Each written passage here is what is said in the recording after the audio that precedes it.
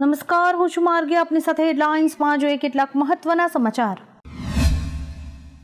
આજે વિશ્વના સૌથી મોટા આયોજન મહાકુંભનો છેલ્લો દિવસ છે. મહાશિવરાત્રિના સ્નાન સાથે 45 દિવસ સુધી ચાલેલા આ મહાકુંભનું સમાપન થશે. સવારે 4 વાગ્યા સુધીમાં 25 લાખથી વધુ ભક્તોએ સંગમમાં ડૂબકી લગાવી હતી. આજે 3 કરોડ શ્રદ્ધાળુઓ પહોંચશે એવો અંદાજ છે. ભક્તોની ભીડને ધ્યાનમાં રાખીને પ્રયાગરાજ શહેરમાં વાહનોની પ્રવેશ બંધી છે. સ્નાન કર્યા પછી ઘાટ ખાલી કરાવવામાં આવી રહ્યા છે, જેથી ત્યાં ભીડ ન થાય. પાકિસ્તાનના પંજાબ પોલીસના 100થી વધુ પોલીસ કર્મીઓને સસ્પેન્ડ કરવામાં આવ્યા છે, કારણ કે તેઓ ચેમ્પિયન્સ ટ્રોફીમાં ફરજ બજાવવા નથી માંગતા, જેમાં ફરજ પર ગેરહાજર રહેતા અને સોંપાયેલ ફરજો બજાવવાનો ઇનકાર કર્યો હોય તેવા પોલીસ કર્મીઓ સામેલ છે. હોટેલથી સ્ટેડિયમ વચ્ચે મુસાફરી કરતી ટીમ્સને સુરક્ષા આપવાનું કામ કરવાની પોલીસ કર્મીઓ ના પાડી રહ્યા છે અથવા તો ફરજ પર હાજર નથી રહેતા. અદાણી અને રિલાયન્સ ગ્રુપ આસામમાં 50 હજાર કરોડ રૂપિયાનું રોકાણ કરશે. ગૌતમ અદાણી અને મુકેશ અંબાણીએ ગુવાહાટીમાં ચાલી રહેલા એડવાન્ટેજ આસામ 2.0 સમિટમાં આ જાહેરાત કરી છે.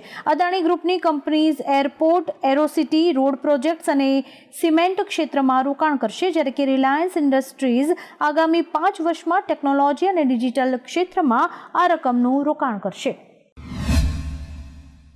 દિલ્હીના પૂર્વ સીએમ અરવિંદ કેજરીવાલ રાજ્યસભામાં જઈ શકે છે. મળતી માહિતી મુજબ કેજરીવાલ પંજાબથી રાજ્યસભામાં જઈ શકે છે. તેમનો પક્ષ પંજાબમાં સત્તામાં છે અને ત્યાંથી રાજ્યસભામાં તેમના સાંસદ પણ છે. કેજરીવાલ રાજ્યસભાના સાંસદ સંજીવ અરોરાનું સ્થાન લઈ શકે છે. લુધિયાણા પશ્ચિમ વિધાનસભા બેઠક પર યોજાનારી પેટા ચૂંટણીમાં સંજીવને ઉમેદવાર બનાવાયા છે. સંજીવને કેજરીવાલના નજીકના માનવામાં આવે છે. આજે મહાશિવરાત્રિ છે. વાત કરીએ દ્વાદશ જ્યોતિર્લિંગ ગાથાની, તો ગુજરાતમાં સ્થિત નાગેશ્વર દ્વારકામાં આવેલું છે. આ જ્યોતિર્લિંગનું વર્ણન શિવ પુરાણમાં છે. સાપના દેવતા હોવાથી ભગવાન શિવના સ્વરૂપને નાગેશ્વર કહેવાય છે. તમિલનાડુમાં આવેલા રામેશ્વરમની સ્થાપના ભગવાન રામે કરી હતી. એવું કહેવાય છે કે રેતીમાંથી બનાવેલું શિવલિંગ પાછળથી વીજળી જેટલું મજબૂત બન્યું હતું. મહારાષ્ટ્રમાં આવેલું દુષ્મેશ્વર ઔરંગાબાદની નજીક આવેલું છે. આ જ્યોતિર્લિંગ સંતાન પ્રાપ્તિની ઈચ્છા માટે પ્રખ્યાત છે. મહારાષ્ટ્રમાં આવેલું ભીમાશંકર સહ્યાદ્રી પર્વતો પર આવેલું છે. આ જ્યોતિર્લિંગ મોટેશ્વર તરીકે ઓળખાય છે. કહેવાય છે કે કુંભકર્ણના પુત્ર ભીમે અહીં કઠોર તપસ્યા કરી હતી. કાશી વિશ્વનાથનું મંદિર કાશીમાં આવેલું છે. આ જ્યોતિર્લિંગ મોક્ષ પ્રદાન કરે છે. એવું કહેવાય છે કે અહીં મૃત્યુ પામેલા વ્યક્તિને મોક્ષ મળે છે. ઝારખંડમાં આવેલું વૈજનાથ જ્યોતિર્લિંગ રાવણ સાથે સંકળાયેલું છે. એવું માનવામાં આવે છે કે આ જ્યોતિર્લિંગને લંકા લઈ જવાતું હતું. દરમિયાન રાવણે ભૂલથી શિવલિંગ નીચે મૂકતા તે અહીંયા જ પ્રસ્થાપિત થઈ ગયું હતું. મધ્યપ્રદેશમાં આવેલું ઓમકારેશ્વર નર્મદા નદીમાં જે ટેકરી પર આવેલી છે, તે ટેકરીને ઊંચેથી જોતા ઓમના આકારમાં દેખાય છે, એટલે તેને ઓમકારેશ્વર કહેવાય છે. ઉત્તરાખંડમાં આવેલું કેદારનાથ જ્યોતિર્લિંગ સ્વયંભૂ મનાય છે. એવું કહેવાય છે કે મહાભારત કાળમાં ભગવાન શિવે પાંડવોને અહીં બળદના રૂપમાં દર્શન આપ્યા હતા. મહારાષ્ટ્રમાં જ આવેલું ત્રંબકેશ્વર નાસિકમાં બ્રહ્મગીરી પર્વત પર આવેલું છે. અહીં બ્રહ્મા, વિષ્ણુ અને મહેશની સાથે પૂજા થાય છે. ગુજરાતમાં આવેલું સોમનાથ એવું પહેલું જ્યોતિર્લિંગ છે જ્યાં ચંદ્રએ તપસ્યા કરી અને શિવને પ્રસન્ન કર્યા હતા. ચંદ્રનું એક નામ સોમ હોવાથી આ મંદિરને સોમનાથનું મંદિર કહેવાય છે. ઉજ્જૈનમાં આવેલું મહાકાલેશ્વર એ એકમાત્ર દક્ષિણમુખી જ્યોતિર્લિંગ છે જ્યાં દરરોજ ભસ્મ આરતી થાય છે. કહેવાય છે કે અહીંયા તમામ પ્રકારના ડર દૂર થાય છે. આંધ્રપ્રદેશમાં આવેલું મલ્લિકાર્જુન કૃષ્ણા નદીને કિનારે શ્રીશૈલા પર્વત પર આવેલું છે, જ્યાં શિવ પાર્વતી પ્રકાશના રૂપમાં સાથે બેઠા છે. અમેરિકાના શિકાગોના મિડવે એરપોર્ટ પર 2 વિમાનો ટકરાતા બચી ગયા. સાઉથવેસ્ટ એરલાઇન્સનું વિમાન એરપોર્ટ પર ઉતરવાનું હતું ત્યારે બીજું વિમાન રનવે પર આવી પહોંચ્યું. સાઉથવેસ્ટ એરલાઇન્સનું વિમાન જમીનને સ્પર્શવાથી માત્ર 50 ફૂટ દૂર હતું, પરંતુ પાયલોટે સમજદારી બતાવી અને અચાનક વિમાનને ઉપર ઉઠાવી લીધું. બીજા વિમાનને પરવાનગી વિના રનવે પર પહોંચવા બદલ દોષી ઠેરવવામાં આવ્યું છે. જોકે પહેલા વિમાનના પાયલટની સમય સૂચકતાથી મોટો અકસ્માત થતાં બચી ગયો હતો. બુધવારે બપોરે જમ્મુ અને કાશ્મીરના રાજૌરીમાં સેનાના વાહન પર આતંકવાદી હુમલો થયો હતો. સુંદરબની વિસ્તારમાં આતંકવાદીઓએ ઓચિંતો હુમલો કર્યો અને ગોળીબાર કર્યો. ઘટના બાદ ઘટના સ્થળે વધારાની ફોર્સ મોકલવામાં આવી છે. જોકે કોઈ જ જાનહાનિના કે ઈજાના સમાચાર નથી.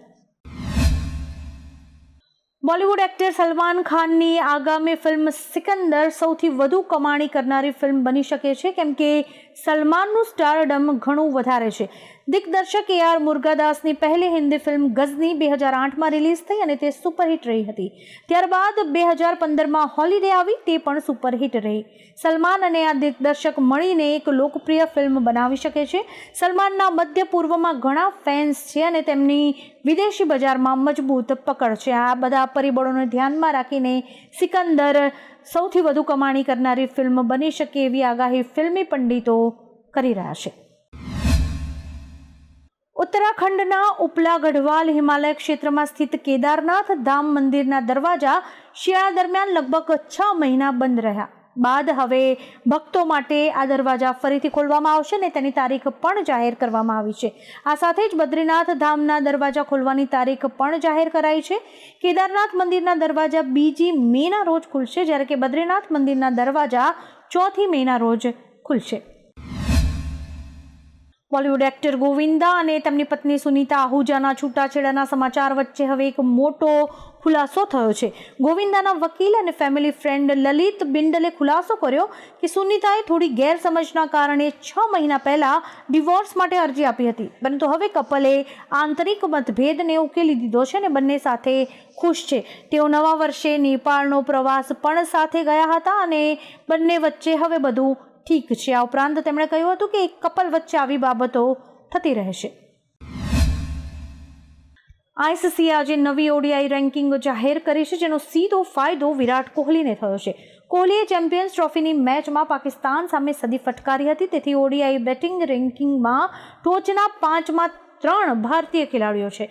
શુભમન ગિલ ટોચ પર છે. 3જા નંબરે રોહિત શર્મા છે. કોહલી પહેલા 6ઠ્ઠા સ્થાને હતો, પરંતુ હવે તે 5મા સ્થાને છે.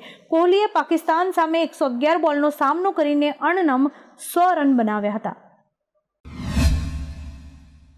ઉત્તર પ્રદેશના DGP પ્રશાંત કુમારે મહાકુંભના સમાપન પર કહ્યું કે અમારા સાથીઓએ છેલ્લા 45 દિવસમાં કોઈ પણ હથિયાર વિના સમજણપૂર્વકનું વર્તન કરીને બધાનું દિલ જીત્યું છે, જે સરકાર માટે અત્યંત ગર્વની વાત છે.